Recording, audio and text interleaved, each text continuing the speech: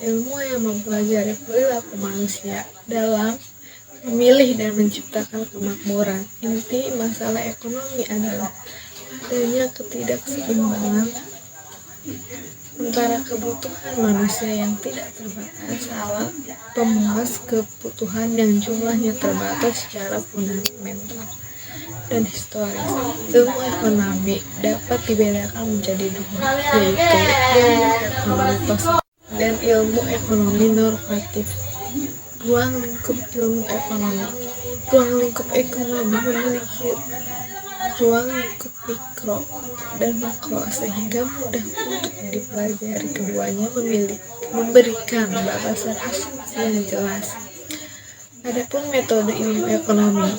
Metode ilmu ekonomi secara sederhana merupakan upaya manusia memenuhi kebutuhan yang bersifat tidak terbatas dengan alat pemenuhan kebutuhan yang berupa barang dan jasa yang bersifat langka dan terbatas, serta memiliki kegunaan yang alternatif. Untuk itu, adapun metode-metode dalam ilmu ekonomi tersebut yaitu metode konduktif, metode deduktif, metode matematika, statistik. Jadi kesimpulan yang dapat kita ambil adalah menguraikan secara singkat di atas tentang teori ekonomi yang ruang lingkupnya. Ekonomi adalah semua hal yang menyangkut tentang segala kehidupan manusia secara individu, negara, dan internasional.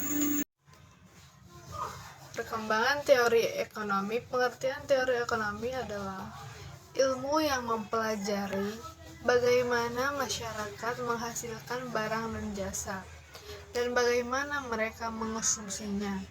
Teori ekonomi mempengaruhi keuangan global pada banyak momen penting sepanjang sejarah dan merupakan faktor integral dalam kehidupan kita sehari-hari. Namun, asumsi yang memandu studi ilmu ekonomi telah berubah secara dramatis sepanjang sejarah. Berikut ini sekilas sejarah pemikiran ekonomi. Sejarah perkembangan ekonomi di dunia kuno. Ilmu ekonomi dalam bentuk dasarnya dimulai pada zaman perunggu 4000 sampai 2500 SM dengan konsumen tertulis di tempat wilayah di dunia Sumeria dan Babilonia pada tahun 3500 sampai 2500 SM. Peradaban lembah Sungai Indus 3300 sampai 10.030 SM. Di wilayah yang sekarang disebut Afghanistan, Pakistan, dan India, sepanjang sungai Yangtze di Tiongkok dan lembah Nil di Mesir, dimulai sekitar tahun 3500 SM. Perkembangan ekonomi di era digital. Indonesia merupakan salah satu negara yang memiliki potensi besar untuk perkembangan ekonomi digital. Google dan Temasek 2018 dalam menghasilkan penelitiannya menyebutkan bahwa salah satu hal yang mendukung perkembangan internet ekonomi di Indonesia adalah banyaknya jumlah pengguna internet di Indonesia. Beberapa fakta lain yang mendukung perkembangan ekonomi digital Indonesia antara lain sebagai berikut. McKinsey & Company 2018. Plan yang digunakan sampai saat ini ialah ada beberapa definisi ilmu ekonomi yang digunakan sekarang. Definisi yang paling luas digunakan orang menguraikan ilmu ekonomi sebagai studi alokasi sumber-sumber yang langka di antara berbagai alternatif tujuan penggunaan ekonomi adalah nilai-nilai yang mempelajari perilaku manusia dalam memilih, menciptakan kemakmuran, Inti masalah ekonomi adalah adanya ketidakseimbangan antara kebutuhan manusia yang tidak terbatas dengan alat muas kebutuhan yang jumlahnya terbatas. Permasalahan itu kemudian menyebabkan timbulnya kelangkaan. Elastisitas permintaan adalah suatu alat atau konsep yang digunakan untuk mengukur derajat kepekaan atau respon perubahan jumlah atau kualitas barang yang dibeli sebagai akibat perubahan faktor yang mempengaruhi. Dalam hal ini, pada dasarnya ada 3 variabel. Pertama yang mempengaruhi, maka dikenal 3 elastisitas permintaan, yaitu elastisitas harga, elastisitas silang, dan elastisitas pendapatan. Elastisitas harga permintaan adalah derajat kepekaan atau respon jumlah permintaan akibat perubahan barang prosentase perubahan dengan harga di pasar, sesuai dengan hukum permintaan di mana jika harga naik maka kuantitas barang turun dan sebaliknya. Adapun elastisitas silang, koefisien yang menunjukkan sampai di mana besarnya perubahan permintaan terhadap suatu barang apabila terjadi perubahan terhadap harga barang lain. Elastisitas pendapatan, koefisien yang menunjukkan sampai di mana besarnya perubahan permintaan terhadap suatu barang sebagai akibat daripada perubahan pendapatan. Kemudian pengertian elastisitas penawaran. Pengertian elastisitas penawaran ialah dibandingkan antara seberapa besar perubahan jumlah barang yang ditawarkan sebagai akibat dari perubahan harga. Baik. Kesimpulannya yaitu elastisitas harga permintaan mengukur seberapa banyak permintaan barang dan jasa atau yang disebut konsumen. Perubahan ketika harga berubah, elastisitas permintaan ditunjukkan dalam bentuk persentase perubahan atas kuantitas yang diminta sebagai akibat dari 1% perubahan harga.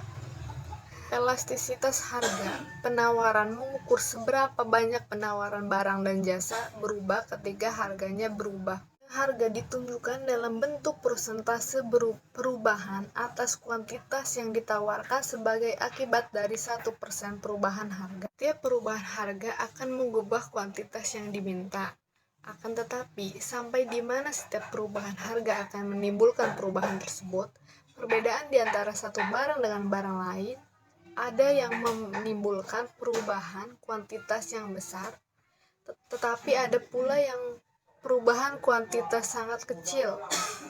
Permintaan dan penawaran merupakan ukuran yang menunjukkan sampai di mana kuantitas yang diminta atau ditawarkan akan mengalami perubahan sebagai akibat dari suatu perubahan harga. Teori perilaku konsumen. Pengertian perilaku konsumen yaitu proses yang dilalui oleh seseorang atau organisasi dalam mencari, membeli, dan mengevaluasi dan membuang produk atau jasa setelah dikonsumsi. Untuk memenuhi kebutuhannya, perilaku konsumen akan diperlihatkan dalam beberapa tahap, yaitu tahap sebelum membeli, tahap sebelum pembelian, dan setelah pembelian. Pada tahap sebelum pembelian, konsumen akan melakukan pencarian informasi yang terkait produk dan jasa. 2 macam pendekatan. Ada pendekatan marginal utility, ada pendekatan kardinal. Pendekatan kardinal didasarkan pada asumsi bahwa tingkat kepuasan yang diperoleh konsumen dari konsumsi barang dapat diukur dengan satuan tertentu seperti rupiah, jumlah unit buah, dan lain-lain. Semakin besar jumlah barang yang mendekatan ordinal, pendekatan ini menyatakan bahwa utilitas tidak dapat dihitung, melainkan hanya dapat dibandingkan. Jadi menurut teori ini, prinsip-prinsip dasar dalam analisis perilaku konsumsi adalah Pertama, kelangkaan dan terbatasnya pendapatan. Kedua, konsumen mampu membandingkan biaya dengan manfaat. 3. Tidak selamanya konsumen dapat memperkirakan manfaat dengan tepat. 4. Setelah barang dapat didistribusi dengan orang lain. 5. Konsumen tunduk terhadap hukum berkurangnya tambahan kepuasan, the law of diminishing marginal utility. Manfaat perilaku konsumen. Jadi, peran perilaku konsumen bagi pemasar atau produsen adalah mampu membujuk konsumen untuk membeli produk yang dipasarkan. Mampu memahami konsumen dalam berperilaku, bertindak dan berpikir agar pemasar atau produsen memahami mengapa dan bagaimana konsumen mengambil keputusan sehingga pemasar atau produsen dapat merancang strategi pemasaran dengan teori biaya dan penerimaan. Teori biaya adalah jumlah uang atau sumber daya yang dikeluarkan atau untuk mendapatkan atau menghasilkan suatu barang atau jasa. Ini mencakup semua pengeluaran terkait dengan proses produksi, distribusi, atau penyediaan barang atau layanan tertentu. Biaya bisa terdiri dari berbagai elemen termasuk bahan baku, tenaga kerja, overhead, biaya administrasi, biaya operasional, dan banyak lagi tergantung pada konteksnya. Biaya produksi pada saat melakukan suatu kegiatan usaha, setiap individu atau kelompok pasti memerlukan biaya yang digunakan untuk memproduksi suatu barang. Macam-macam biaya produksi ialah biaya tetap biasa atau yang disebut fixed cost. Ada juga biaya variabel yang disebut juga variable cost. Dan yang terakhir biaya total atau yang disebut total cost. Pendapatan dibagi menjadi 3, yaitu pendapatan total, pendapatan rata-rata, pendapatan margin. Permintaan pasar, tingkat permintaan pasar. Tingkat permintaan pasar untuk produksi atau layanan dapat mempengaruhi penerimaan. Faktor-faktor mempengaruhi estimasi harga menunjukkan sejauh mana perubahan harga mempengaruhi permintaan. Jadi kesimpulan yang bisa kita ambil ialah penerapan teori biaya dan penerimaan membantu perusahaan dalam membuat keputusan berbasis data yang lebih baik, menghindari kerugian, dan memaksimalkan laba.